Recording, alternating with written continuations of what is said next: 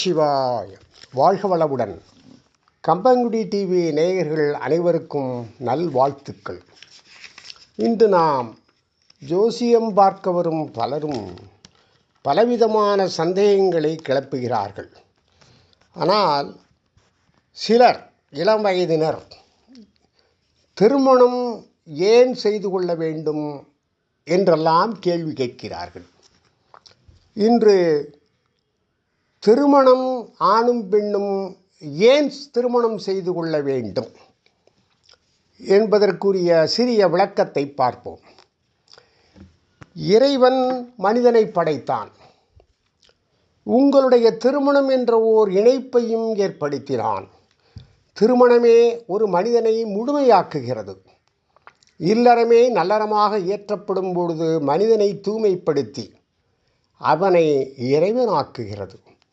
காலப்போக்கில் திருமணம் அதன் பண்டைய சிறப்பை இழந்திருந்தாலும் இன்றும் நல்வாழ்வுக்கும் ஆன்மீக முன்னேற்றத்திற்கும் இல்லறமே அடிப்படையாக அமைகிறது.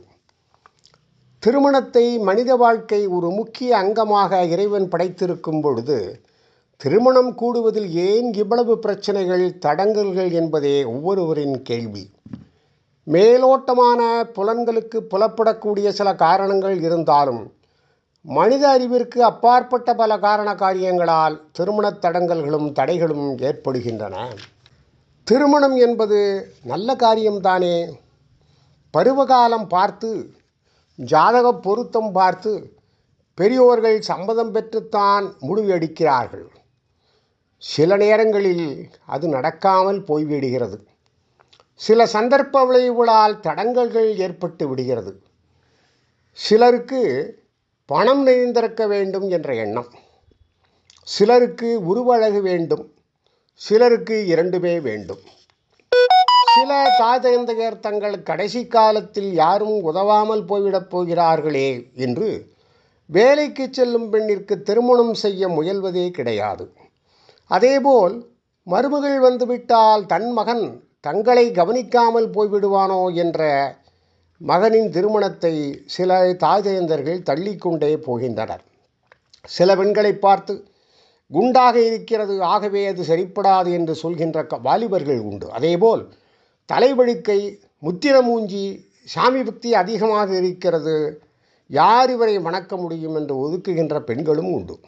அது மட்டுமல்ல, இவள் கருப்பு, இவள் வெள்ளை என்று எது கருப்பு எது வெள்ளை என்று நிறம் தெரியா விருப்புகின்ற மக்கள் ஆணும் பெண்ணும் நிறம் பார்த்து மயங்கி திருமணமாகாமல் வாழ்நாளை கழிப்பவர்களும் உண்டு. இப்பொழுதுதான் நாம் ஒன்றை தெரிந்து கொள்ள வேண்டும். நம் திறமைக்கும் செயலுக்கும் ஊக்கத்திற்கும் மீறிய விஷயங்கள் எத்தனையோ நடக்கின்றன. அவற்றை நம்மால் அடக்க முடியாது, கணிக்க முடியாது. நினைப்பதெல்லாம் சில சமயம் நடந்து விடுவது செய்த தான தர்மத்தின் பலன். பல சமயங்களில் நடக்காதற் காரணம் மறைமுகமாக செய்யும் தவறின் வெகுமதி. நல்ல நிலையில் நாம் ஒரு நண்பனோடு நடந்து சென்று கொண்டிருக்கிறோம் என்று வைத்துக்கொள்வோம். திடீரென்று கல் நம் மீது வந்து விடுகிறது. அது ஏன் நம் தலை மீது விழுந்தது? நம் அருகில் வந்து கொண்டிருந்த நண்பன் மீது ஏன் விழவில்லை என்று வேறொருவர் மீது விழுந்திருக்கக்கூடாதா? ஏன் நடக்கவில்லை? இதற்கெல்லாம் மகான்களும் பெரியோர்களும் ஜோதிடத்திலும் காரணங்களை அளித்துள்ளார்கள். சித்தர்கள் பல வினாக்களை கொடுத்துள்ளார்கள், விளக்கங்களை கொடுத்திருக்கார்கள்.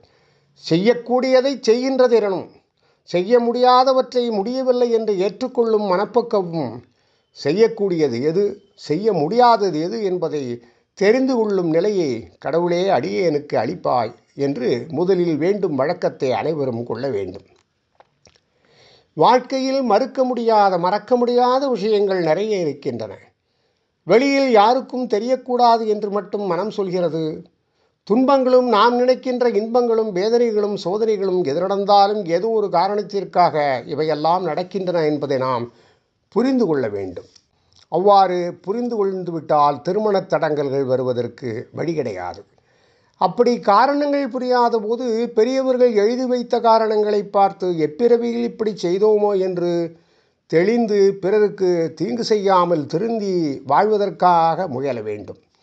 பல காரணங்களால் மனம் ஏற்றுக்கொள்ளாது. நான் மிகவும் நல்லவன், நான் மிகவும் நல்லவன், யாருக்கும் ஒரு துன்பமும் கொடுத்தது கிடையாது, எனக்கு மட்டும் கடவுள் துன்பத்தை கொடுக்கிறாரே என்று அழுதால் வாழ்க்கையில் விடிவே கிடைக்காமல் போய்விடும். ஒருவனுக்கு ஒருத்தி என்று உரை சொன்னதால் உயர் மனமாம் திருமணம் என்னும் முறை வந்தது. இந்த கட்டுப்பாடு இல்லை என்றால் திருமணத்திற்கே அவசியமில்லை என்று வந்துவிடும். புல் பூண்டிலிருந்து மனிதர்கள், மிருகங்கள், தேவர்கள், அசுரர்கள், கந்தர்வர்கள், பேய் பிசாசுகள், தெய்வங்கள் வரை அனைத்திற்கும் திருமணம் உண்டு. வன்னிமரவேரின் அருகாமையில் முளைக்கும் அருகம்புல் வன்னிமரத்தின் மனைவியாக அமைகிறது. அரசமரத்தின் அருகில் முளைக்கும் அருகம்புல் அரசமரத்தின் மனைவியாய் அமைகிறது. அந்த அருகம்புல்லை குபேர வசியம் செய்து லக்ஷ்மி கடாட்சத்தை பெற சித்தர்கள் பயன்படுத்திக்கிறார்கள் என்று ஆராய்ச்சி நூல்கள் தெரிவிக்கின்றன. வன்னிமர அருகே உன் பதி வன்னி இதழான் என்னிடத்தே உள்ள குறைபாடை தீர்க்க மின்னலிடை பூண்ட அருகே வன்னி கணவனிடம் சொல்லி என் பாவங்களை தீர்ப்பாய். இது விருட்ச சூத்திர காண்டத்தில் அகத்தியர் நாடியில் உள்ளது. மிருகங்களுக்கும் மனைவி உண்டு. ஆகவே ஜெகன்மாதாவாகிய பார்வதி தேவி ஒருமுறை தடாகத்தில் குளிக்கச் சென்று அப்போது தன் மூத்த மகனை அழைத்து, நான் இத்தடாகத்தில் குளிக்கப் போகிறேன், யாரும் வராமல் பார்த்துக்கொள் என்று கூறிவிட்டு குளிக்கச் சென்றாளாம். கணபதி பால் செவ்வேம்பு அருகே நின்று காவல் காத்து கொண்டிருந்தார். அந்த வேளை சிவபெருமான் அங்கு வந்தார். கணபதி அவரை தடாகத்திற்குள் செல்ல விடாமல் தடுத்தார். கோவுணர்ந்த சிவபெருமான் மழுவால் கணபதியின் தலையை கொய்து விட்டார். நீராடியவன் அங்கே வந்த பார்வதி தேவி நடந்ததை அறிந்து துயரமடைந்தாள். மகனின் தலை வேறு உடல் வேறாக கிடந்த காட்சியைக் கண்டு ஆறா துயரில் மூழ்கினாள். கோபம் தெளிந்த சிவபெருமான் கணபதிக்கு உயிரூட்டை எண்ணினார். பூதகணங்களை அழைத்து கணபதியின் தலையிலிருந்து நீக்கியிருந்த ஏதாவது ஒரு தலையை கொண்டு வருமாறு பணித்தார். பூதகணங்களும் பல இடங்களில் தேடியும் ஒரு யானையை தவிர வேறொருவரையும் காணாததால் அந்த யானையின் தலையை கொண்டு வந்தனர். வால் செவ்வேம்பு மரத்தை சாட்சியாய் வைத்து யானையின் தலையை கணபதியின் உடலில் பொருத்தினார் சிவபெருமான் என்று ஒரு கதையும் உண்டு. ஆகவே திருமணத்திற்கு வயது என்பது இரண்டாம் பட்சம். முதலில் கருத்தில் கொள்ள வேண்டியவை தம்பதியரின் மனப்போக்கும் உடல் பக்குவமே ஆகும். ஆகவே இந்த திருமணத்திற்கு ஏற்ற வயதாக ஒவ்வொரு யுகத்திற்கும் ஒவ்வொரு வயதை நிர்ணயித்திருக்கார்கள். அதற்கேற்ப நாம் திருமண பொருத்தம் பார்க்க வேண்டும். எத்தகைய திருமண பொருத்தங்களை பார்க்க வேண்டும் என்று பிறகு பார்ப்போம். ஓம் நமச்சிவாய. வாழ்க வளமுடன்.